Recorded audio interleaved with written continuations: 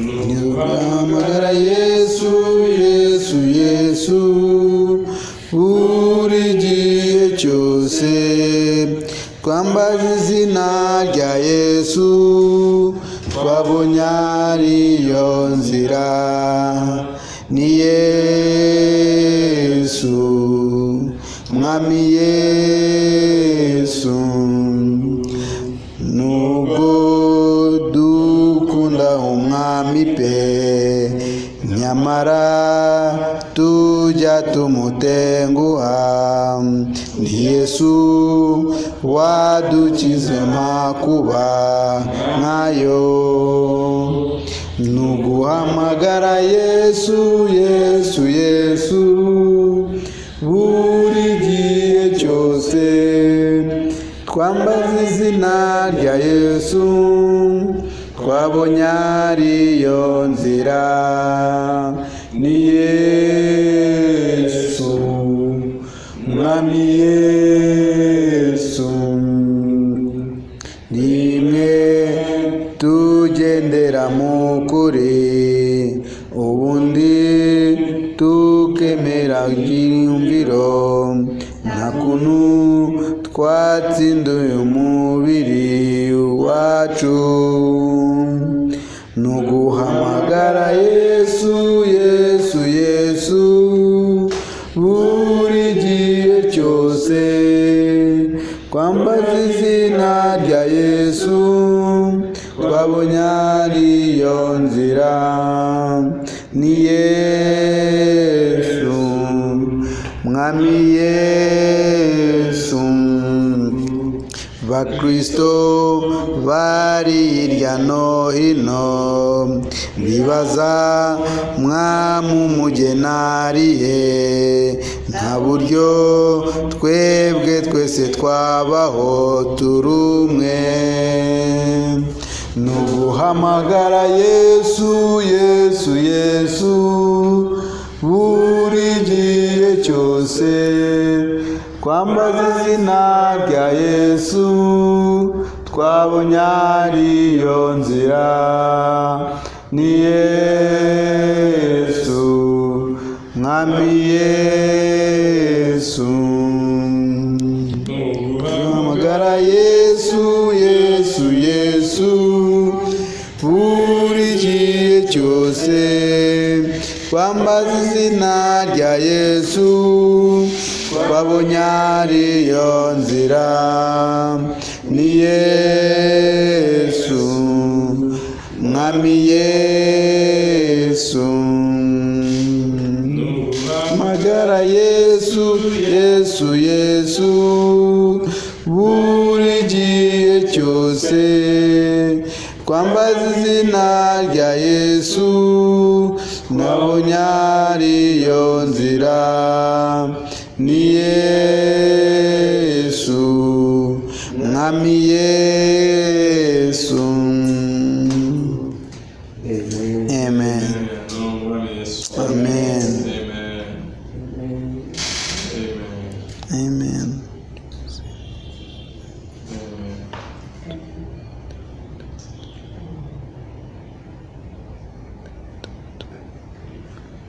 Sister Valerie, ma sister Wendy, trakliga rekaz. Sister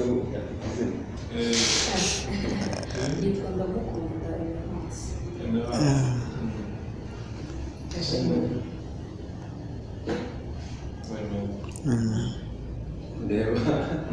Ndeba barayi. Oya, abagore cyane. Amen. Kandi ndimo kwize nayo urubonetse hano ivuga ngo byose ni byiza mu byo atandukanye abantu benshi barayizi. Amen. Amen. Amen. Imbaterera kuvuga ngo natereye byose ni byiza mu nzu ya data, mu nzu ya data, mu nzu ya data, byose ni byiza mu nzu ya data, mu nzu ya data.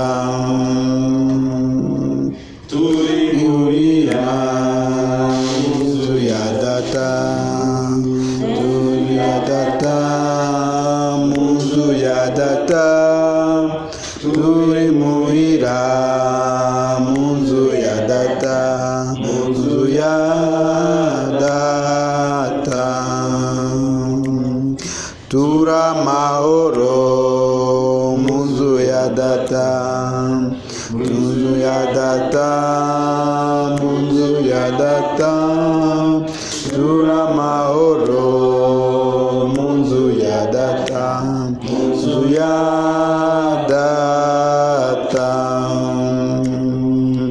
dukunda Imana mu nzu ya data mu nzu ya data mu nzu ya data turamumana mu nzu ya data mu nzu ya data turenyura mu nzu ya data mu nzu ya data mu nzu ya data turamwenyura mu nzu ya data mu nzu ya data turanyuzwe pe mu nzu ya data mu nzu ya data mu nzu ya data turanyuzwe pe mu nzu ya data mu nzu ya data dukunda Yesu mu nzu ya data mu nzu ya data mu nzu ya data dukunda Yesu mu nzu ya data mu nzu ya data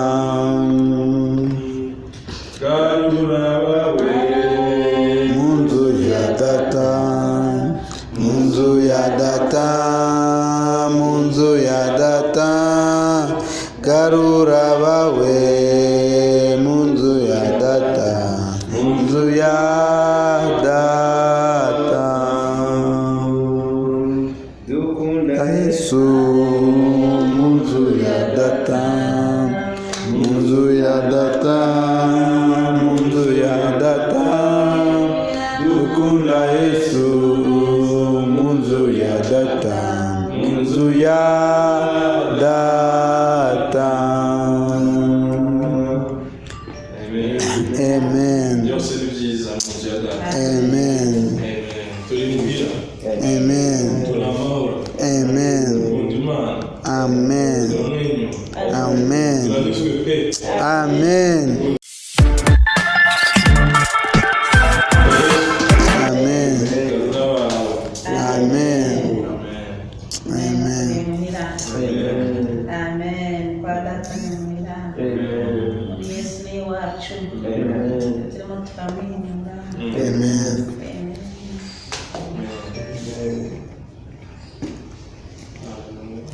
Amen. Kumwe nawe. Ndumwe nawe. Mwami Yesu.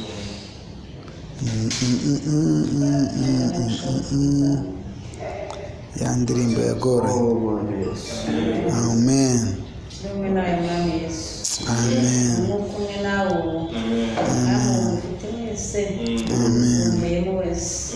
Amen. Kumwe nawe, kumwe nawe. Amen. Kumwe nawe Mwami Yesu. Amen. Barasangira ku byawe.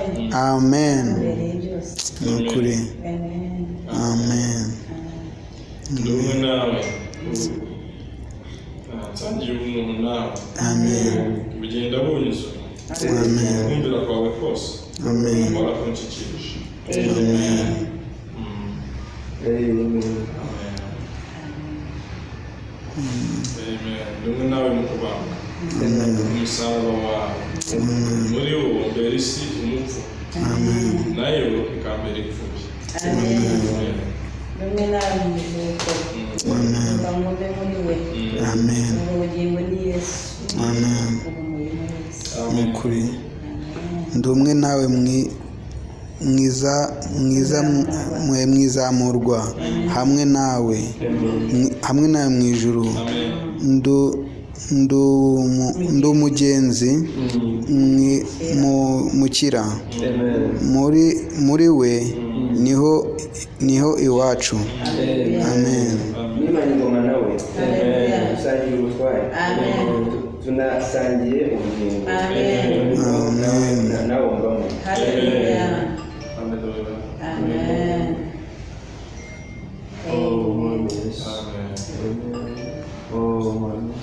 Amen. Oh, rumwe nawe mwami Yesu.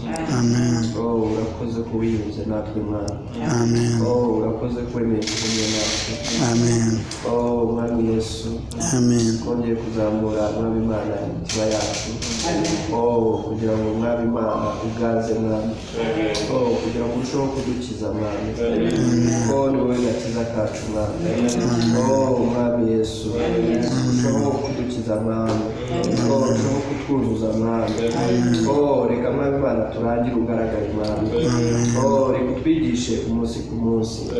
Oh, turakunyotewe dufite inzara n'inyota. Oh, ukize kubaho mu buzima bw'isi mwami. Oh, duhe mwami Imana igihe cyose kugira inyota yo kubaho ubuzima bwawe. Oh, dushoboze kumvira ijambo ryawe. Oh, dushoboze kumva no kumenya ijambo ryawe. Oh, dushoboze kwakira ijambo ryawe n'ubuzima kuri twe.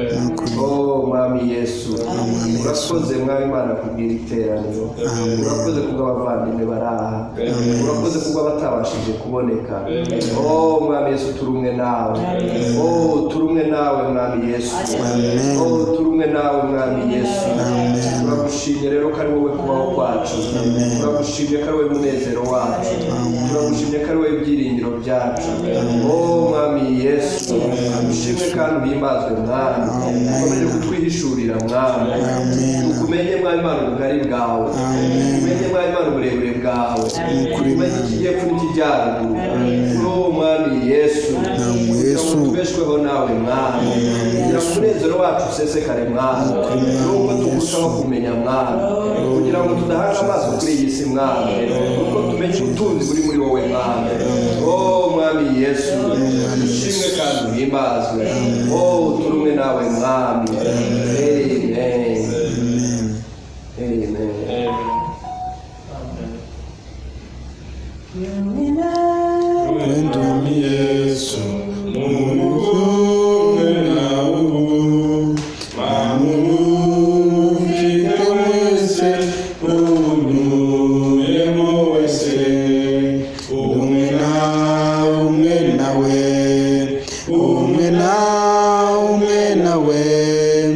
mpora nsangiye ku byawe, mwami mbere byose, nsangiye ubuntu n'abami, byongera byuzura, kumvirira kwawe kose warakunshyikirije, umwe nawe,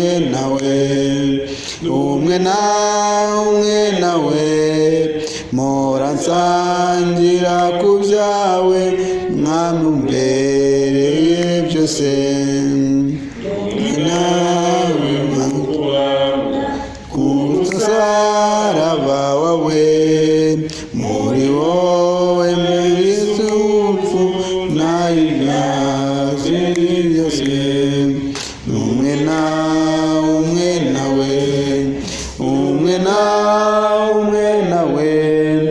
mpora nsangiye ku byawe, mwami umbereye byose, umwe nawe mwaje wangurwa, umwe yawe mu ijuru, ndi umugenzi umwijukira, muri ho n'iwacu, umwe nawe,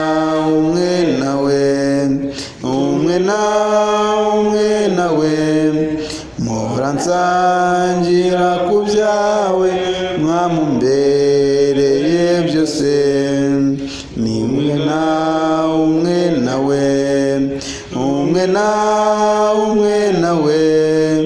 mpora nsangira ku byawe, mwami umbereye byose, nimanyi ingoma nawe, dusangira ubutware, turasangira ubugingo, kuri ho nawumbamo, umwe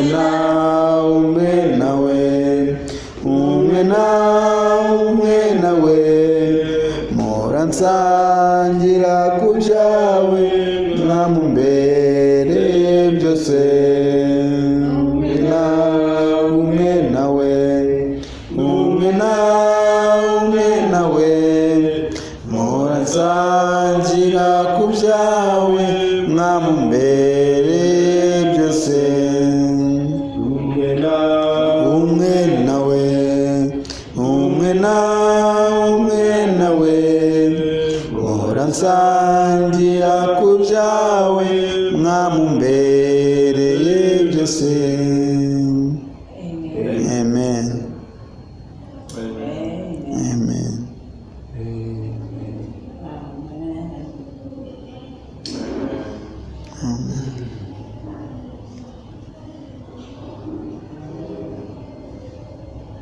mwami Yesu. Amen. Amen.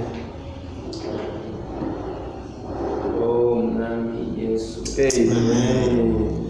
Mwami Yesu. Amen. Amen. Ya 218 mu gushimisha. 218 mu gushimisha.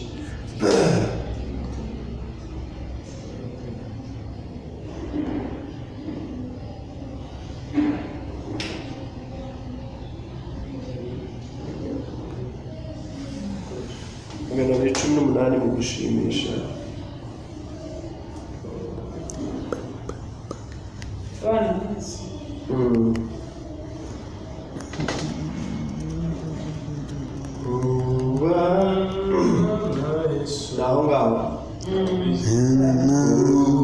Bana Yesu iteka mw'ijuru binole umunezero bikandishimisha isi ndumuja ihoramo ahubwo ndi mu rugendo rungana n'isi n'umushyitsi sinzayihoramo ahubwo ndi mu rugendo runjyana mu ijuru urugo rw'Imana ajya runyereka nujora runyegereye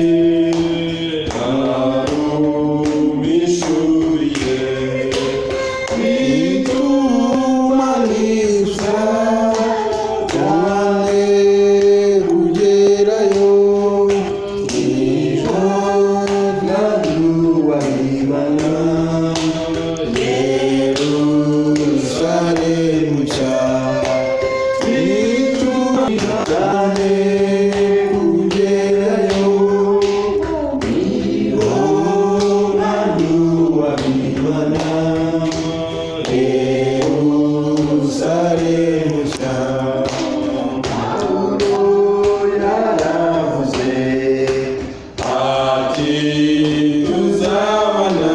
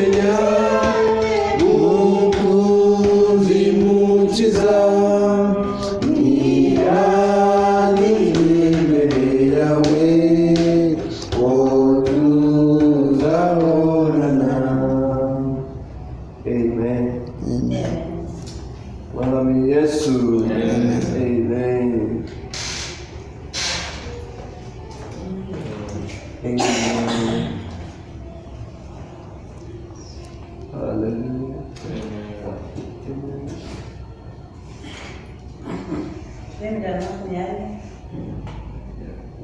Ijana na makumyabiri dukora kwiga nayo ari kwitekereza kuko nazize ntabwo nzi niyo ari cyo hari nyine kugira ngo dukora kwiga ni uko umwami Yesu yamutegetse. Mwijwe imbere y'Imana mfite umuntu umugira Amen. ni umukuru w'abantu Amen. kandi yitwa Rukundo uzamugira amazi wamwirukana. Amen. Satani yanyibukije gukiranirwa kwanjye ashaka kunyihebesha yagumbira mu ijuru ndeba y'umukunzi wanjye wabikuyeho rwose. Umwami Yesu kera yarambonye nuko sinzarimbuka. Hallelujah. Amen. Amen.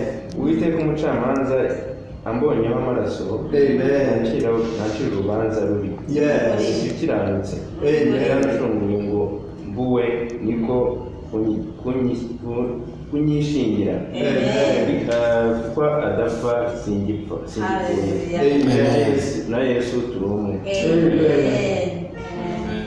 Amen. Jena Yesu turi umwe. Hallelujah. Amen. Amen. Oh, nawe turi umwe mwana. Amen. Oh, kudapfa nanjye singipfuye. Amen. Oh, Mwami Yesu. Amen. Oh, Mwami Yesu. Amen. Kudapfa nanjye sinzapfa. Amen. Oh, ndi umwe nawe mwami. Amen. Oh, ukuriho nanjye ndiho. Amen. Amen. Amen. Ariko muzi ko mbitekereje ubu ngubu ubundi hapfa wavutse wavutse ni wowe. So bivuze rero ko niba twaravutse bwa kabiri kandi tuba tubona ko uri kumwe na Yesu nyine adashobora kugira gute gupfa, ntabwo tuzapfa. Ariko bizera utazageze gute utaravutse bwa kabiri, icyo kintu ntabwo kimureba mbese muri make ni neza cyane. Mungu warapfutse. Amen. Amen. Amen. Jana Yesu kurumwa. Amen. Oh, Mwami Yesu. Amen. Numwe naye mwami. Yes. Hallelujah. Amen. Mwami numwe naye. Amen. Amen. Amen. Imbere y'Imana mfite umuntu mvugira n'umutanzi w'abatambyi kandi yitwa Rukundo, abyaye ubw'izina ryanjye shiriho umutima we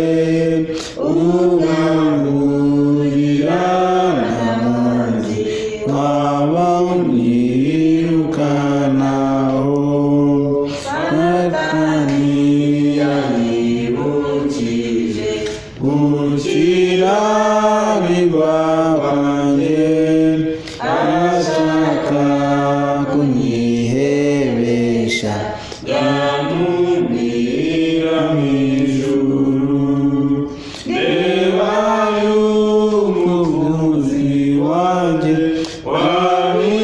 wabikuyeho byose kera yaramwongereye nuko sinzarimbuka ndeba y'umukunzi wanjye wabikuyeho byose kera yaramwongereye nuko sinzarimbuka. Uwiteka umucamanza abongerwa amaraso ntazahira urubanza rubi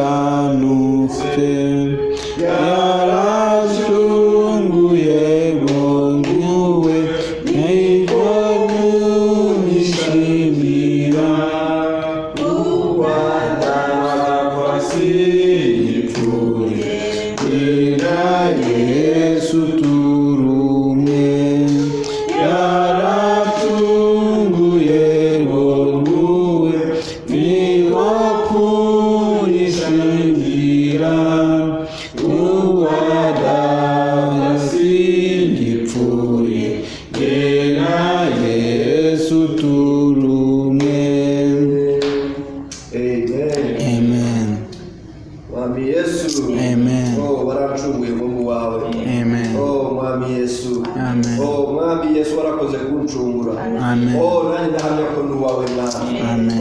Warakoze kunkunda nk'umuntu wawe. Amen. Mwami Yesu ahubwo ntibyagarukiye ahubwo mwami Yesu wagize umwe nawe. Amen. Turi umwe nawe mwami. Amen. Urakoze rero ko mwami Imana wadukunze. Urakoze ku bw'aka kanya mwami. Turyoherwa tukwishimira. Tunezerwa ko tutakiri mu rupfu. Ahubwo mwami Imana turi muri wowe. Kandi wowe ni wowe bugingo. Mwami Yesu turi mu kuri. Mwami Yesu ni wowe kuri. Mwami Yesu. Mwami Yesu. Turagushimye mwami Imana. Amen. Amen. Yesu. Mwami Yesu. Amen. Ndagushima kwa twitangiye mwami. Amen. Ndagushima kwa dukwiye urubanza rw'ibyaha mwami. Amen. Ndagushima kwa tugize abawe mwami Imana. Amen. Yesu waduhaye mwami Imana ikivugo cyiza. Mwami Yesu waduhaye ibidukingira amaraso yawe neza. Satani yivovota turega mwami Imana. Tumukingiriza amaraso yawe. Mwami Imana ukatugirire neza.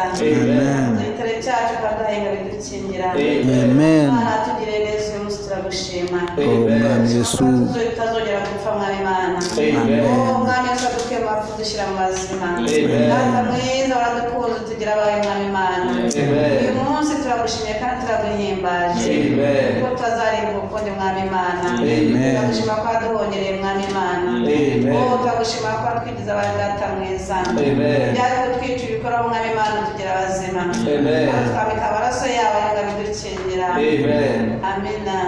Amen. Amen.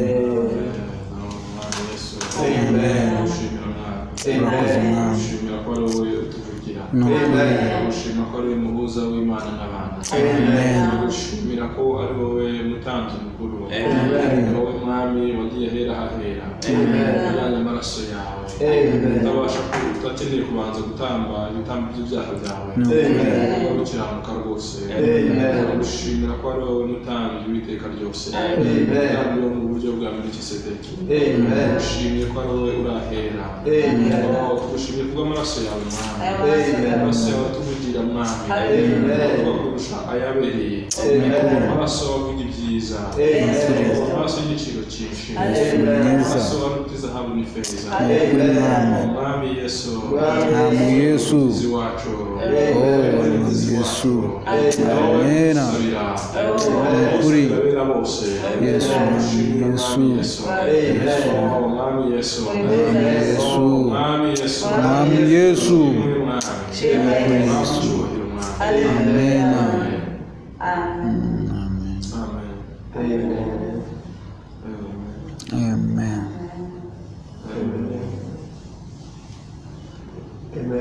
Amen. Amen. Nongeye gushima Imana. Kuri Kubo ari twebwe Imana yashimye ko duterana uyu munsi. Yesu ashimwe cyane. Amen. Habaho byinshi, hari uwakubwira ko ari imvura nyinshi, hari uwakubwira ati rwose yewe indwara sinazite sinagenda mu muyaga, wakubwira kandi impamvu ze zikaba zirumvikana. Rero natwe ntabwo ari ubutwari ahubwo ni urukundo rw'Imana. Yesu ni umwana. Amen. Ngira ngo wenda turazanye ko turi hano ariko nasabaga mushiki wacu n'ubwo yatwibwiye kugira ngo wenda ntabwo izina gusa ahubwo twibwire Imana n'umugisha. ubwo arasobanukirwa ibyo umubajije. Ubwo ni ukutubwira nyine ujya mu magambo make nta kibazo uko ashobozwa aratubwira. Amen. Uratubwira nyine aho utuye wenda naho usanzwe uterana. Amen. Ntuye Nyamirambo. Niho mba igihe cyose mu buzima bwa buri munsi. Guteranaho rero nakuriye mu idini rya Gatolika. Ibyo nakuriyemo Patrick niwe wamenye. Amen. Yakomeye nyine ndetse basure aho duteranira tunaterewe nanjye nyine nakurikirana ikibazo. Karibu. Ntabwo aragiterana tugereho mu Gatolika. Byari impamvu. Amen. Yaragoye. kubera ko njye twaraga ntabwo mbese ntabwo hari kumufasha mbese ndamureka mvuge umwunganizi umugazi w'Imana. nagere ibindi yitwa Samuel Gatongore, yitwa Turatsinze Emmanuel, yitwa Valeri, yitwa Janet, yitwa Patrick, yitwa Patrick namutumiye na mbere data Abraham. Ni bene data muri Yesu Kristo. Tukaba rero duteraniye umubiri wa Kristo. Amen. Tunamufana ugatuma Mungu wicaye hariya. Amen. Amen. Ndumva ni ibyo ngibyo tuzagenda tumenya kurushaho, reka wenda nubwo wenda amasaha agiye asangirije. Amen. turakomeza kuri kwigira inyigisho cyangwa Turashobora kumaze iminsi twiga dufite imfashanyigisho twigaga wenda tugiye tunabyumva neza. Hari imfashanyigisho twari twaratangiye ikubiyemo inyigisho zigera kuri 5 n'atari 6 yitwa ingingo z'ingenzi z'ubuzima bwa Kristo. Ni imfashanyigisho yateguwe na bene data no mu gatabo gatoya k'icyongereza no mu zindi ndimi zose nyinshi. Ikubiyemo ibintu by'ingenzi byibuze buri muntu wese witwa mwene data w'umukristo agomba kubaza. Yego, impamvu twayigize uwo mutwaro wo kuvuga ngo reka aho rero duhera ni ukubera uko turi n'uko duterana n'aho dukomoka nyine hagiye hatandukanye. Ntabwo twakwishimira kuza tugaterana umunsi umwe akavuga icyo afite ku mutima n'undi icyo afite tutarigeze tugira urufatiro rumwe, kuko hari ibintu by'ingenzi ntayegayezwa bivugwa byitwa gutyo ngo ntayegayezwa, ku buryo umukristo utabifite mu by'ukuri nawe yagenda mu muhanda yaba ameze nk'ikibabi kidateye ku giti. Ikibabi kidateye ku giti umuyaga uraza, waba ujya mu majyaruguru kikajya ruguru, waba ujya mu majyepfo kikajya mu majyepfo. Hari rero ibintu muri Bibiliya bitanga umusingi w'ubuzima bwa Kristo. Icyo nicyo twifuje gutangiriraho kugira ngo uko duteranye mu materaniro yacu mu bibyizi dufate umwanya wo kunyura muri iyo mfashanyigisho, kuko isa naho idufasha gufata iyi Bibiliya tukayijyamo tukavanamo ibintu by'ibanze bidufasha kugira uwo musingi w'ingenzi. Iyo niyo yari intego yanjye, kandi ibyo bintu byari bikwiriye pe mu by'ukuri, kuko hari igihe duterana umunsi umwe akabaje abandi ntibaze, ugasanga n'ubundi nubwo tugiye kuyisoza siko twese twayinyuranye. Muri izo ntambwe rero 5 harimo intambwe ya mbere yagaragazaga uko umugambi w'Imana wo gukiza umuntu wagenze. Harimo uko Imana nyine yaremye umuntu n'uko umuntu yacumuye, ndetse n'umurimo Imana yakoze utari uwo kumucungura gusa, ahubwo Imana yakoze umurimo ugamije gutuma umuntu asubira mu mugambi w'Imana yari ifite iteka ryose. Amen. Ikintu Imana yakoze muri Kristo Yesu ntabwo ari ukugira ngo icungure umuntu ye kuzarimbuka azajye mu ijuru, oya, kuko umuntu Imana imurema ntabwo yamuremeye kuzajya mu ijuru.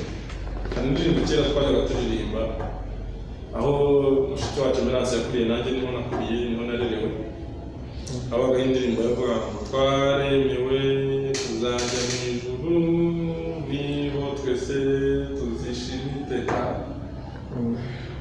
Aho muri na bene data rero ikibazo kimwe cyaje mu mutwe muri uyu munsi, namwe mwakibaza, sinzi aho cyavuye kuko ntabwo nacyumviye, cyavuye mu bitekerezo n'ubwonko bwanjye. mbese iyo umuntu adacumura yari buzagere mu ijuru. Iyo Adamu adakora icyaha yari kuzajya mu ijuru bigenda gute? hari bigende bite niba nyine twaremewe kuzajya mu ijuru? ikibazo ntaho ushobora kubona igisubizo kereka ugiye hanze y'ibyanditswe, ariko ubu hano mu byanditswe nta na hamwe. Impamvu uyu munsi tuvuga ijuru ni uko hari urupfu, haza kuba nta rupfu n'ituba tuvuga ijuru.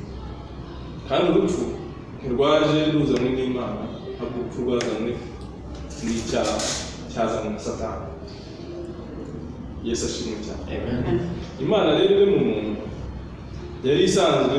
Imana irema, Bibiliya itwereka ko mutangira igice cya 2 mumbabarire mbere ko numva biri mu mutima wanjye. Aravuga ngo mbere na mbere Imana yaremye ijuru n'isi. Imana yabanje kurema ijuru, irangije irema isi. Igice cya mbere 26 Imana iza kurema muntu, irangije ntiyamushyira mu ijuru kandi ryari rihari. Ahubwo yaremye ijuru, ishyiraho abamarayika, ishyiraho ibizima bine, ishyiraho abakuru 24, ishyiraho abamarayika baruta abatuye isi amamiliyoni n'amamiliyoni, ishyiraho Satani Lusiferi. Iremye umuntu ntiyamushyira mu ijuru, ahubwo imushyira mu isi. Nta mahitamo Imana yakoze, imurema no mu buryo agenewe kuba ku isi.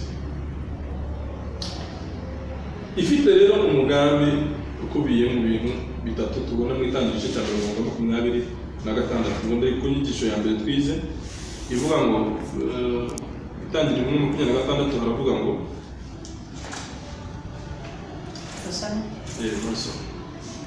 Imana yavuze iti turebe umuntu agire ishusho yacu asa natwe, atwara amafi yo mu nyanja n'inyoni n'ibisiga byo mu kirere n'amatungo n'isi yose ikiguruka n'igikururuka hasi cyose.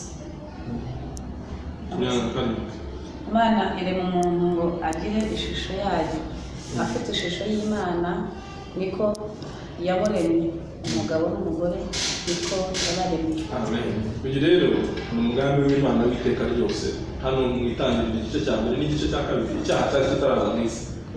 Imana igira icyifuzo cyo kurema umuntu igamije intego eshatu, ngo agire ishusho yayo, ase nayo, kandi agire n'ubutware bwayo. Bibiliya ikatwereka ko iyi shusho y'Imana ari ishusho imwe n'ubwo Imana ivuga mu bwinshi. Urabona ko Imana ivuga ngo tureme muntu, ubundi ugiye mu kibonezamvugo wavuga utereka ibi bintu byanditse nabi. Imana iravuga ngo tureme muntu. Samu yavuga ngo duhamagare Aburahamu, yumva ntabwo bivugitse. Uwo mu gatongore aravuga ngo duhamagare, avuga ati mpamagare Aburahamu. Imana iri mu buke ariko tu ikaba mu bwinshi. Akavuga ngo Imana iravuga ngo reka ndeme muntu, none iravuga ngo tureme muntu mu ishusho yacu. Aha rero bigaragaza nyine Imana muri bwa butatu bwayo, nka Data, nka Mwana ndetse na Mwuka Wera. Amen. Iyo niyo iravuga ngo tureme muntu. Imana ni imwe ariko kandi iri mu bantu batatu. Imana ni imwe ariko kandi ni Data, akaba Mwana, akaba na Mwuka Wera. Yaba iravuga nta kibonezamvugo gipfuye. None ikindi ni mu ishusho yacu. Ishusho yacu nabyo mu Kinyarwanda cyangwa mu rurimi rwacu niyo wajya mu zindi ndimi byakabaye bivuga ngo tureme muntu mu mashusho yacu, kuko ubwo babaye batatu n'ishusho zakabaye eshatu. Siko se byumvikana? Baravuze ngo tureme mu ishusho yacu, ngo jyewe reka mvuge ko yari Data, ugiye Mwana na Mwuka Wera. Uyu muntu aba yasa na Barere ntiyaba asa naje, ntiyaba asa na Samu. Ngo rero byakabaye byiza turemye nyine mu mashusho yacu. Niyo mpamvu ijambo image cyangwa se ishusho rero ryakabaye ari ubwinshi. Ariko iki si bitwereka ko ahubwo ishusho y'Imana mu butatu bwayo, Imana ifite ishusho imwe. Iyo shusho ni iyihe rero? Niyo batubwira muri Abakolosayi igice cya 15. Tugire umuntu wasoma Abakolosayi 1:15. Abakolosayi igitabo gikurikira Filipi. Ni nawe ishusho y'Imana itaboneka. Rero kuri 13 kuko wowe ntabwo tumwira uwari we ntabwo. Niwe wadukirije ubutware bw'umwijima akadukuramo akatujyana mu bwami bw'Imana bw'umwana we akunda. Uwo mwana niwe waducunguje amaraso ye ngo tubone kubabarirwa ibyaha. Ni nawe ishusho y'Imana itaboneka. Urumva ko ishusho y'Imana itaboneka komeza. Niwe mfura mu byaremwe byose. Muri we n'ibintu byose byaremwe, ibyo mu ijuru n'ibyo mu isi, ibiboneka n'ibitaboneka, intebe z'ubutware n'ubwami n'ubutegetsi, byose niwe byaremwe kandi muri we niwe byaremwe. Amen. Uko byanditse se ndimo nda. N'ubushobozi bwose niwe wabiremye byose kandi rero ni nawe byaremwe. Iyi shusho rero ivugwa mu Itangiriro igice cya 26 tubonye ko ari umwana wayo, ko ari we shusho y'Imana itaboneka. Nanone mu Baheburayo ibice 2 guhera ku murongo Baheburayo ibice 2 umurongo n'umubare wa 3.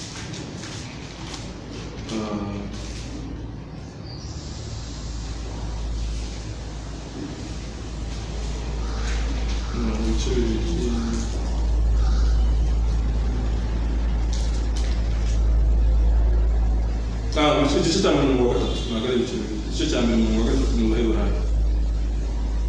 Uwo kuko ari we ukurabagirana k'ubwiza bwayo n'ishusho ya kamere yayo, kandi akaba ari we urameza byose jambo ry'imbaraga ze, amaze kweza no gukuraho ibyaha byacu, yicara iburyo bw'ikomeye cyane yo mu ijuru. Amen. Uwo kuko ari we ubwiza bwayo akaba n'ishusho ya kamere yayo. Urumva impamvu se data na mwana na mwuka bavuze ngo turebe muntu mu ishusho yayo. Uwo muntu yaragiye kuremwa mu ishusho ya Kristo, yaraje nk'ishusho ya Kristo.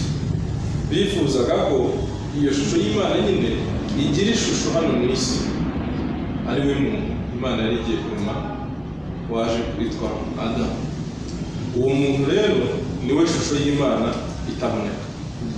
Imurema rero ari ishusho cyangwa se ari igishushanyo mbonera cya Kristo. Igishushanyo mbonera siko kino giye kubaka inzu ukabanza ugashyira design yayo ahangaha, none waza ukagenda ugafata amatafari ugenda uterekamo hahandi. Rero igishushanyo mbonera Imana yari ifite ni Kristo iremye umuntu, yamuremye ngo abe ishusho ya Kristo, kandi uwo muntu niwe yari imuremeye, kandi muri Yesu Kristo ni naho yamuremeye kuko twabonye mu Bakolosayi. Ibyo nanone Pawulo aza kubivuga mu Baroma ibice 4 ku murongo wa 10, ibice 5 umurongo wa 14, ibice 5 umurongo wa 14 mu Baroma, ibice 5 umurongo wa 14. Cyakora uhereye kuri Adamu ukageza kuri Mose,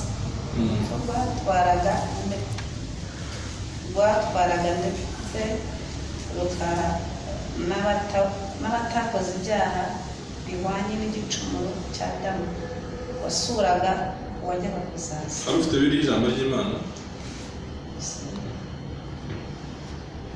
cyuta umurongo wa 14 muri Bibiliya ijambo ry'Imana cyangwa Bibiliya ntagatifu. Kama ngenda zifite hano reka mbasome.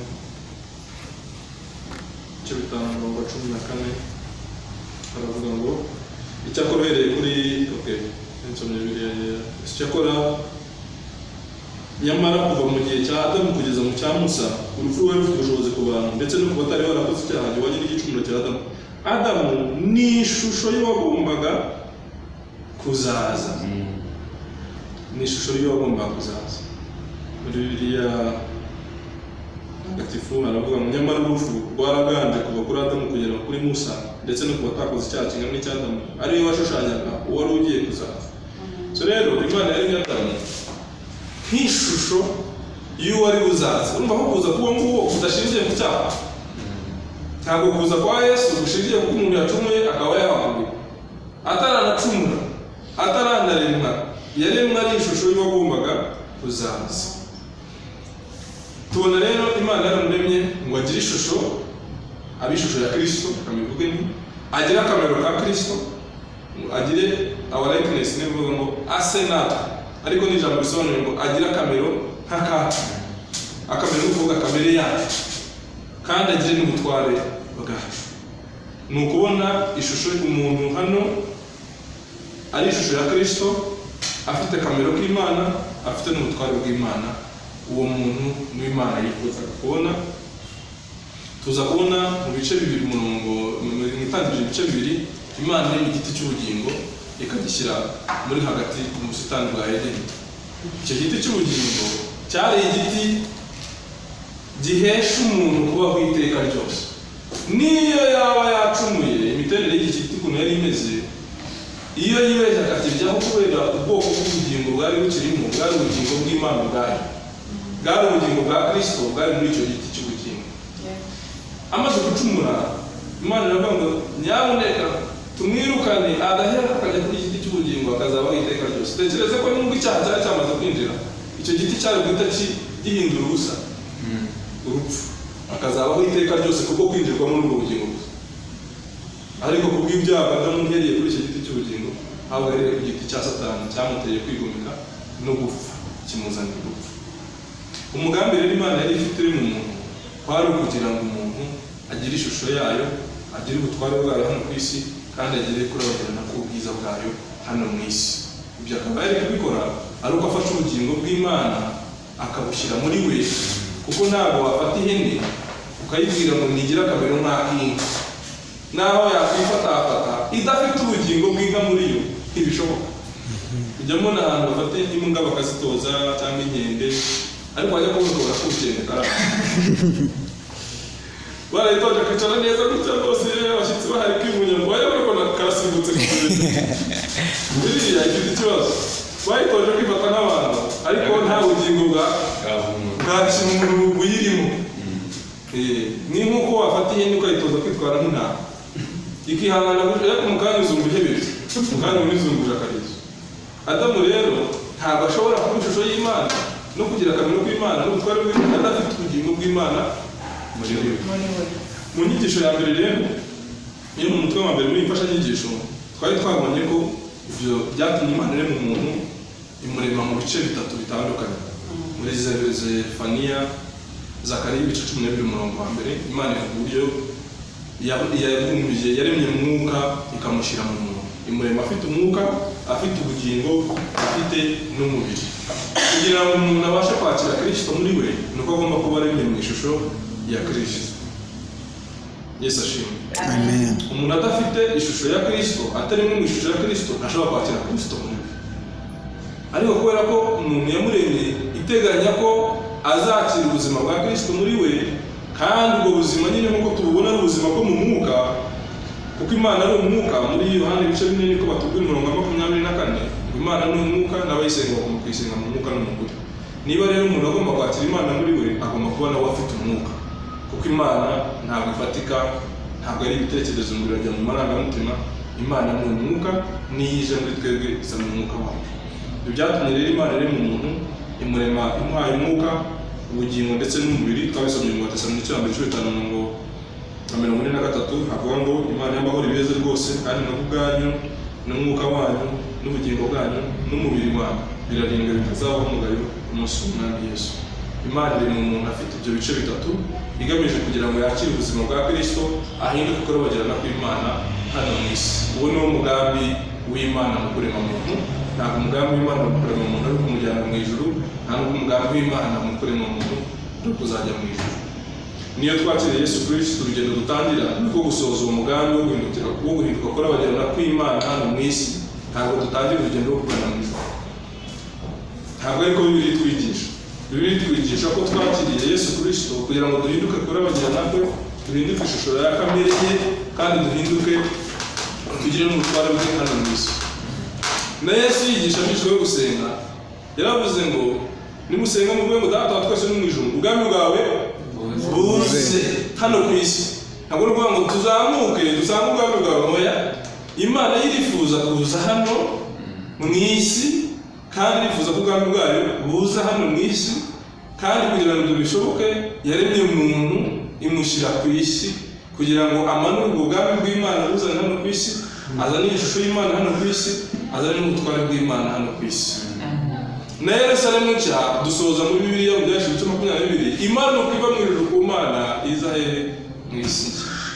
Yerusalemu yo mu ijuru, Yerusalemu nshya Imana ukiva mu ijuru ku Mana, nuko nguko inkuru ya Bibiliya irangira. Ntabwo rero umugabane wacu ni Kristo, ntabwo umugabane wacu ari ijuru. Yesu ashimwe. Umugabane wacu ni ukugabana kamere ya Kristo no kugira Kristo nk'umugabane wacu no kubaho kwacu ku iteka ryose. Mu iteka ryose ry'ahazaza Imana izabana n'abantu bayo hano mu isi, hazabaho isi nshya yo gukiranuka kw'Imana kuzabamo. Aho rero bitandukanye n'idini, bitandukanye n'ibitekerezo bya kamere muntu. Kuko ibitekerezo bya kamere muntu nibyo byahimbye iyo myumvire yo kumva ko mbese vuba numva ko Yesu yaje agakora ibikorwa runaka akisubirira mu ijuru, tukabona natwe turi hano dutegereje kuzamusanga. Ariko si cyo Bibiliya itwigisha. Amen. Bibiliya itwigisha ko Imana yavuye mu ijuru ije mu isi kandi ko yifuza ko ubwami bwayo, ishusho yayo, akamero kayo biba hano mu isi. Nibutse rero bene data, hari ingingo kugira ngo Imana isohoze ibyo ngibyo, urugendo yaciyemo intambwe zigera kuri 5 cyangwa zirindwi bitewe n'uko wazifata. Buri mukristo wese agomba kuba yumva neza.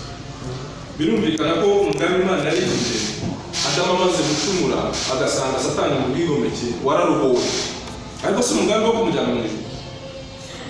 Ntabwo ndimo mvuga ko abantu batazajya mu ijuru, ntabwo aricyo ndimo mvuga ngaha. Ntabwo mvuga ko abantu, ntabwo aricyo ndimo mvuga. Ndimo ndavuga ko umugambi w'Imana w'iteka ryose atari ukujyana abantu mu ijuru.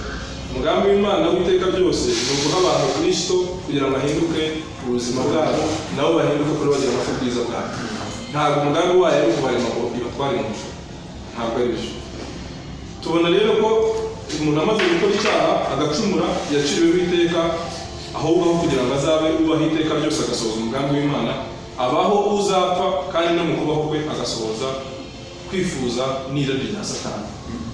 Imana rero itanga Yesu Kristo igamije kugira ngo icungure umuntu, ariko atari kumucungura gusa, ahubwo inamugarure muri wa mugambi wayo yari isanganwe kera, uko iri butume yakira akamero ka Satani ka Yesu n'ishusho ya Yesu, ndetse no kurabagirana kwa Yesu, agahinduka kurabagirana kwayo hano mu isi.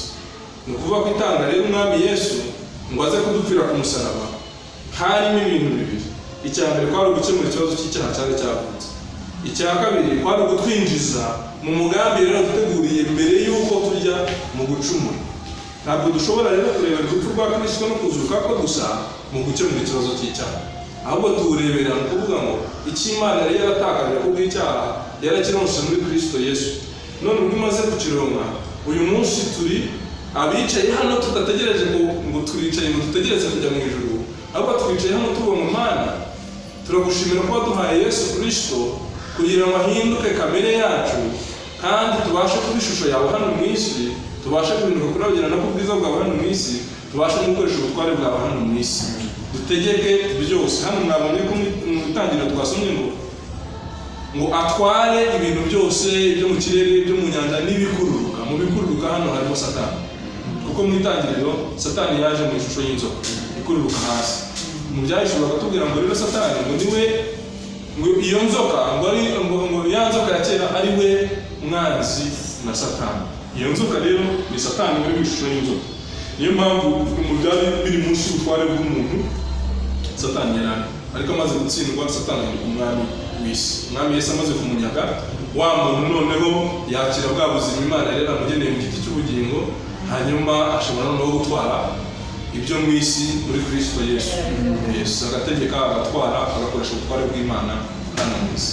Kugira ngo Imana rero ibashe gukora uwo murimo yaciye mu ntambwe nakwita 5 z'ingenzi twarebye ku isomo rya mbere.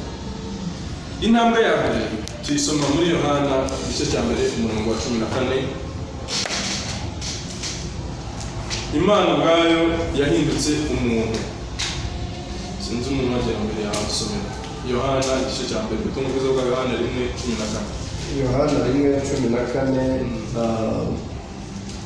aravuga ngo jambo uwo yabaye umuntu abana natwe tubona ubwiza bwe busa n'ubw'umwana w'ikinege wa se. Usomera n'umurongo wa mbere. Umurongo wa mbere yego usomera wa 15. Mu mbere na mbere hariho jambo, jambo uwo yahoranye n'Imana kandi jambo yari Imana.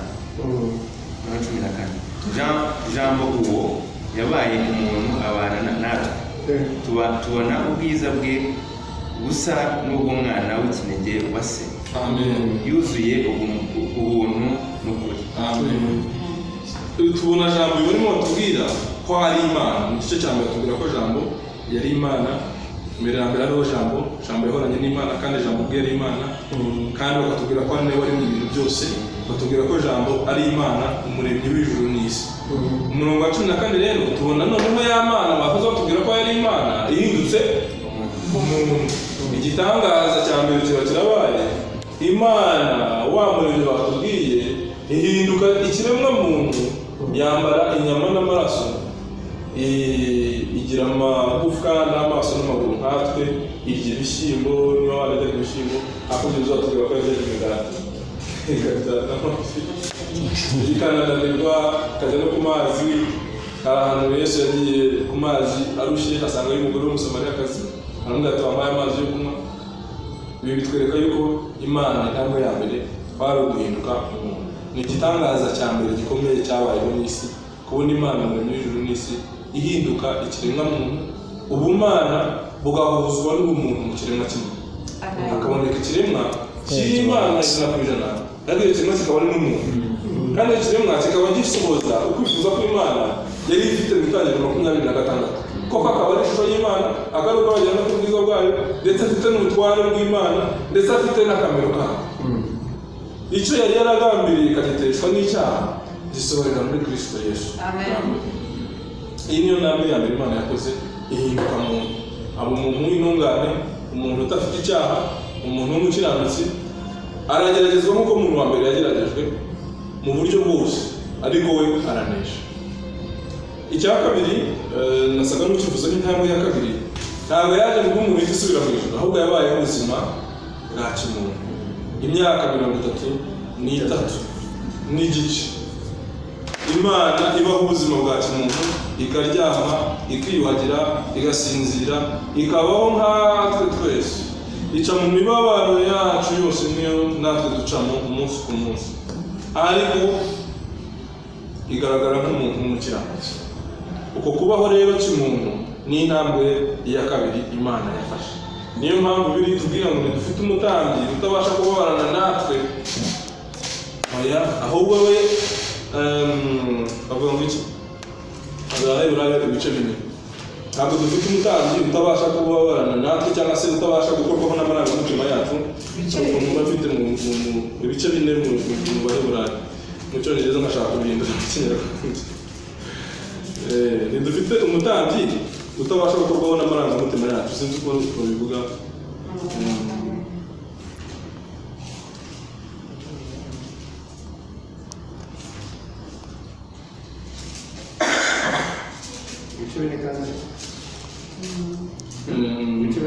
Ndimo ndareba umurongo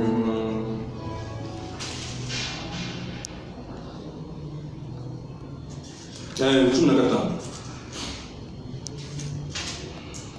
Bishobora n'umurongo wa 15. Kuko tudafite umutambyi mukuru utabasha kubabarana natwe mu ntege nke zacu, ahubwo yageragejwe uburyo bwose nkatwe, keretse yuko atigeze akora icyaha. Ansomye no mu zindi verisiyo haruguru, iyo wisomye mu basemuzi, mu bahanga batandukanye bagiye babisemura, uwumva birushijeho gusobanuka cyane no kumvikana. Ibice by'umurongo wa 15 muri Bibiliya ntagatifu aravuga ngo koko rero ntidufite umuhereza gitambo mukuru wananirwa kudutabara mu ntege nke zacu, yageragejwe muri byose ku buryo bumwe natwe ariko ntiyatsindwa n'icyaha. Kansome na Bibiliya ijambo ry'Imana aravuga ngo umutambyi mukuru dufite ntananirwa kubabarana natwe mu ntege nke zacu, ndetse yageragejwe ku buryo bwose natwe uretse ko nta cyaha we yakoze. Bibiliya ikavuga ko tudafite umutambyi mukuru utabasha kubabarana natwe mu ntege nke zacu. Mu Cyongereza baravuga ngo we do not have a high priest who cannot be touched with our feeling, the feeling of our weakness.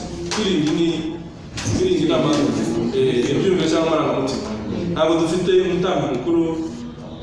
Ese urabona nk'umumarayika ntabwo agira emotion, ntabwo marayika yanjye kuko ni umwuka, ntabwo afite ubugingo, ntabwo afite amarangamutima yacu agira ibyiyumviro, ni imyuka nyine, ni spirit gusa. Rero turi spirit, turi umwuka, tukagira n'ubugingo, tukagira n'umwuka. Kubera rero twebwe tudafite umutambyi rero no kutubwira ngo ntabwo ari ikindi kiremwa kidashobora gukorwaho n'amarangamutima yacu, kubera ko uyu nawe nyine afite amarangamutima nk'ayacu, ndetse yaranageragejwe. Niyo mpamvu n'intege nke, kubabarana natwe no mu ntege nke zacu, abasha kubabarana natwe mu ntege nke zacu, kuko ibyo bibazo duhura nabyo nawe ubwe yahuye nabyo, n'ibigeragezo duhura nabyo nawe ubwe yahuye nabyo. Itandukaniro afite ni uko batigeze akora icyaha. Iyi Mana rero yahindutse umuntu, yanabaye ubuzima bwa kimuntu nk'ubwo natwe twese ducamo. Imibereho yacu tugira umunsi w'ubuzima bwa kimuntu n'ingorane zayo zose nayo ubwayo Imana yaciyemo nk'inzira ya kabiri twabonye y'Imana. Intambwe ya gatatu Imana yakoze mu gusohoza uyu mugambi wayo w'iteka ryose, nk'uko noneho yaje gupfa binyuze ku kubambwa ku musaraba. Amaze kubaho ubuzima bwa kimuntu, akageragezwa akanesha, agasohoza kwifuza kw'Imana gukwiye gusohozwa mu mibereho ya kimuntu, akaba koko urabagirana ko Imana yavugaga n'ishusho yayo n'ubutware bwayo bikagaragara mu buzima bwa kimuntu. Yafashe ibyaha byacu abibambanwa ku musaraba, arangije ajya ku musaraba arapfa, kugira ngo twebwe abari abanyabyaha tutongera kugaragara imbere y'Imana nk'abanyabyaha, ahubwo tugaragara imbere y'Imana nk'abakiranutsi. Fata ibyaha byacu tutaravuka, jyewe nari ntaravuka, nari nsigaje imyaka hafi 2000 ngo mvuke, ariko ibyaha byanjye abifata aravuga ati hazavuka umuntu witwa Turatsinze, azavukira mu gihugu cyitwa u Rwanda, kandi azabona umunyabyaha rw'imbi uciriweho itaka ruguriye kubivuga. None ibyaha byose mubishyireho mubimbarire bipfire, kugira ngo nanyizera atazanirwa. Imbaho rero gute azavuka n'umuntu witwa Gatongo rero Gikara Samu, azavukira hanaha akurira hanaha, azabona umunyabyaha nawe rw'imbi, kubera ko kamere y'icyaha dukomora muri Adamu azayivuka. Kubera iyo mpamvu aciriweho iteka ryo kurimbuka. Uyu yavutse aciriweho icyaha, aciriweho iteka ryo kujya kurimbuka mu gihe none, kuko yari afite ubuzima bwa Satani. None ibyaha byo nimubishireho nabyo, ajya no kubya Murama, ajya no kubya Patrick, ajya no kubya Emerance, ajya no kubya Janet, no kubya Valerie, no kubya Liliane. Twese abari kuzaza nyuma ye n'ababayeho mbere ye n'abari icyo gihe, ibyaha byose bakoze n'ibyo bazakora abyishyiraho. Arangije aravuga ngo reka mbihanirwe, kugira ngo Imana ye kubisigarana ikintu cyo kubabaza, keretse nibanyanga, nibatanyize. Ariko uzanyizera akemera ibintu namukoreye ko bihinduka ibye, uyu nguyu azaba yiswe umukiranutsi, kuko ibyaha bye bipfiriye. Ibyo nibyo Yesu yakoze mu ntambwe ye ya kangahe? Ya gatatu yo kujya ku musaraba akabanga, kuko umuntu wese w'umunyabyaha yari agomba kubanga agapfa. Maze kubanga rero no gupfa ajya mu cyiciro cya kane. Ntabwo yamaze kuva ku musaraba ngo ahita atubagirana, kuko umunyabyaha agomba gupfa akajya ikuzimu iyo abanyabyaha bagenewe kujya. Ajya ikuzimu arahambwa, amarayo iminsi 3. Yewe n'abari barapfuye bariyo yabasanzeyo baramubonye, abari bamutegereje baramubonye, abari baramwanze umucunguzi wari kuzavuka bataramwizeye nawe bo ntibamubonye, ntabwo Bibiliya itubwira ko bamubonye, ariko baramutegereje, baramubonye, aranababohora, aranabasoma. Intambwe yindi yakoze, Imana imaze kumureba ikabona ko igitambo cye cyemereye, cyakiriye ko gihagije ku gutwikira ibyaha byacu byose, si ukubitwikira ko no kubikuraho no kwishyura umwenda wabyo wose, ndetse no kugira ngo tuzinduke abakiranutsi, irabihamya imuzura mu bapfuye. Imana ubwo yamuzuraga, niko arimo kwemera ngo igitambo watanze ndacyemeye, ndanyuzwe. Imana iramuzura mu bapfuye. Azuka, Bibiliya iravuga ngo mu Baroma 18:11, umwuka we yazuye Yesu Kristo uzahana imibiri yanyu kubaho. Nko gushaka kutubwira ngo Yesu amaze iminsi 3 mu mva, umwuka we yaragiye ajya ku mubiri we, ntiyashyiramo ibishyimbo, ntiyashyiramo umuceri.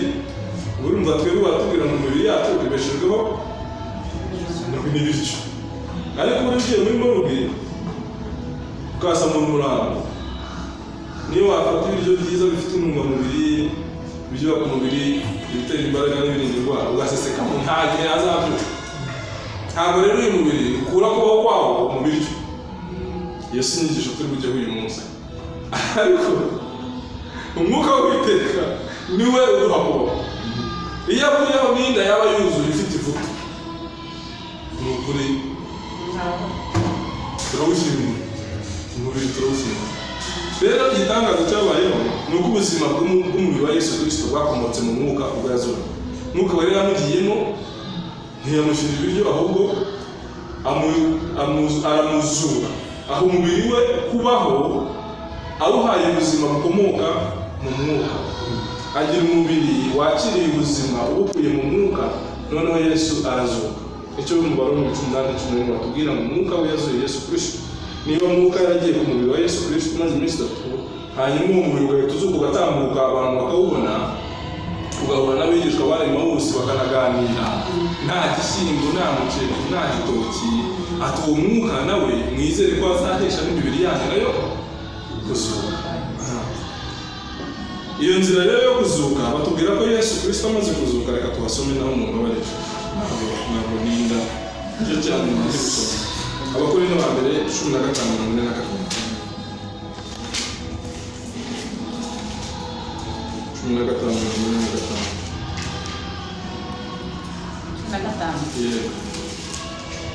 15:45.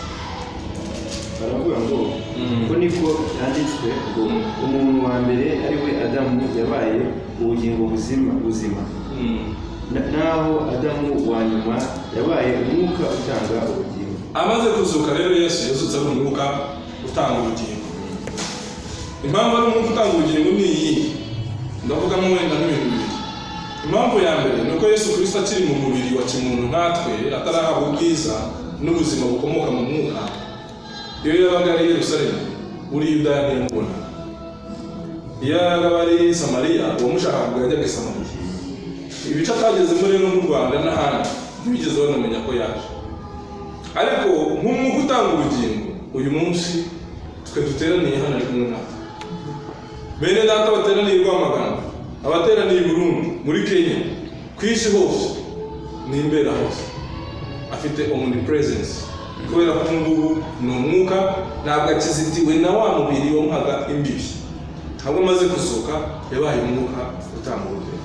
Icya kabiri ni uko Yesu Kristo mu nyama n'amagufwa n'umubiri ntiyashobora kwinjira muri sambu. Abantu baje kumushaka baturutse hirya no hino mu mahanga, sinibuka ngo ni mu bihe bihugu, ariko Bibiliya tubwira ko hari abanyamahanga baje bamushakisha. Abigishije kumubwira ariko hari abantu b'abanyamahanga bagushaka. Igisubizo yabasubije, yarambwiye ngo ishaka rigumya ari rimwe, ngo iyo ishaka ridapfuye ngo rikagumaho muri ryonyine, ngo ariko iyo ripfuye rikabora ngo ribamo amashaka. Icyo ashaka kuvuga ni uko icyo gihe cyo kujya kumushakisha ari umuntu muri hariya kigiye kurangira, ko agiye gupfa, hanyuma akazaba mbera hose muri benshi batandukanye. Icya kabiri rero ni uko nk'umwuka abasha kwinjira muri njyewe mu maguru yanjye n'amaboko yanjye, kugira ngo nzavuke ubwa kabiri birasaba ko mwe Yesu Kristo nk'umwuka yinjira muri njyewe akampa kuvuka ubwa kabiri. Nk'uko mwuka wera yagiye kuri Mariya akamutwikira agasaba inda wajyana kwa muganga muri ekogarafi bakayibona, ariko komotse mu mwuka. Niko mwuka Yesu Kristo nka mwuka atuzaho akaducengezamo ubuzima bw'Imana muri twebwe. Mu maso tureba tukabona sisamu dusanzwe tuzi, ariko muri we mu mwuka we afite ubugingo bushya yaheshejwe no kuvuka bwa kabiri, abyawe n'umwuka w'Imana, akaba ikiremwa gishya gitandukanye n'uko yari ameze, bitewe n'uko uyu Yesu amaze kuzuka yahindutse umwuka utanga ubugingo wabasha kwinjira ahangaha. Niyo mpamvu biri tubwira ngo Yesu Kristo uri muri mwe ni ibyiringiro by'ubwiza. Ubu Yesu ari muri jyewe. Ntabwo akazi twajemo ejo bari mu pati kuko twasanze mufite hano hasi, twasanze n'ibintu byose. Rero siho Yesu aba, ntabwo aba muri iyi nzu. Yesu ntabwo aba muri iyi nzu, niyo wayifata imbere ugashyiraho ikimenyetso cy'umusaraba. Ntabwo ari Imana iba mu nzu zose mu rugo y'abantu. Inzu yishimiye guturamo ni iyi mibiri yacu. Amen. Amen. Urugendo ubundi kwa kangahe? Kane. Twabanje guhinduka umuntu, kubaho cy'umuntu, gupfa no kubambwa ku musaraba, tuvuga guhambwa kane, noneho tuvuze kuzuka ariko guhinduka nk'uko atanga ubugingo. Gatandatu ni uko Yesu Kristo yazamuwe. Ascension ni ukuzamurwa mu ijuru. Noneho kuzamurwa rero kushatse kuvuga iki? Kuzamurwa kuko Yesu amaze kuzuka agahabwa ubwiza, yashyizwe hejuru y'ubutware bwose n'ubwami bwose n'ubutegetsi bwose.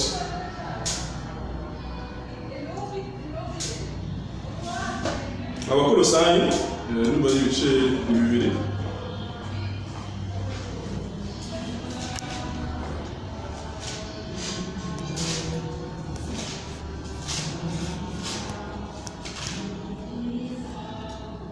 reka tuvuge dore ko Efeso 1:21 usome n'Abakolosayi 1:16.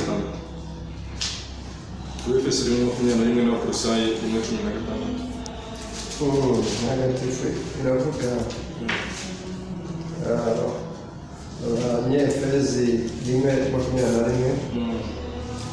aravuga ngo hejuru y'ibyitwa ibikomangoma kuri 20 izo mbaraga zitagira urugero yanazigaragarije muri Kristo igihe imuzuye mu bapfuye ikamwicaza iburyo bwayo mu ijuru.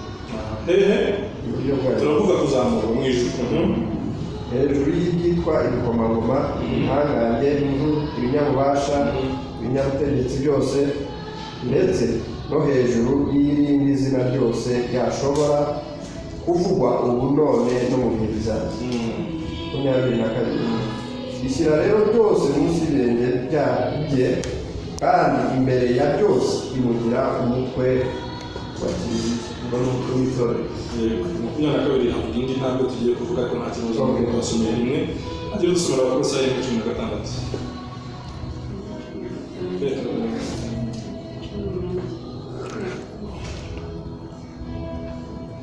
Nta kibazo yewe. kuko muri we niho byose byaremwe, ari ibiboneka n'ibitaboneka, n'ibizigamye, ubushobozi bwose, ubwami bwose, ari bwose, ubushobozi bwose, niyo waremye byose, kandi rero ni nawe byaremwe, yabanjije byose kandi byose. Amen. 2:15 yego Abakolosayi kandi imaze kumera n'abatware n'ubushobozi barimo kumugaragaro bavuga hejuru ku musozi. So rero hano tubona ibintu bibiri. Cyambere nuko Yesu amaze kuzuka yarazamuwe ashyirwa hejuru, ariko biriya ntabwo twasomye mu Efeso 20:21 ukuntu baravuga biriya Efeso 20:21 abantu muri bashyira hejuru abavuga ngo ibyitwa ibinyabutware si ukuntu biriya imushyira hejuru y'ubutware bwose 22. imushyira hejuru y'ubutware bwose n'ubushobozi bwose n'imbaraga zose n'ubwami bwose n'izina ryose uretse muri iki gihe gusa imuha n'izina isumba kandi muhaye gutwara byose gushyira munsi y'ibirenge bye imuha itorero ngo abe umutwe waryo isumba byose. Amen. So rero amaze kuzuka muri runo rugendo Imana yaramuzamuye imushyira hejuru y'ubutware bwose n'ubushobozi bwose n'ubutegetsi bwose, imuha n'izina risumba ayandi mazina yose. Umurongo wa 22 niwo musanga tugiye ku rugendo rundi twarebye rwitwa enthronement. Enthronement ni ukwima ingoma.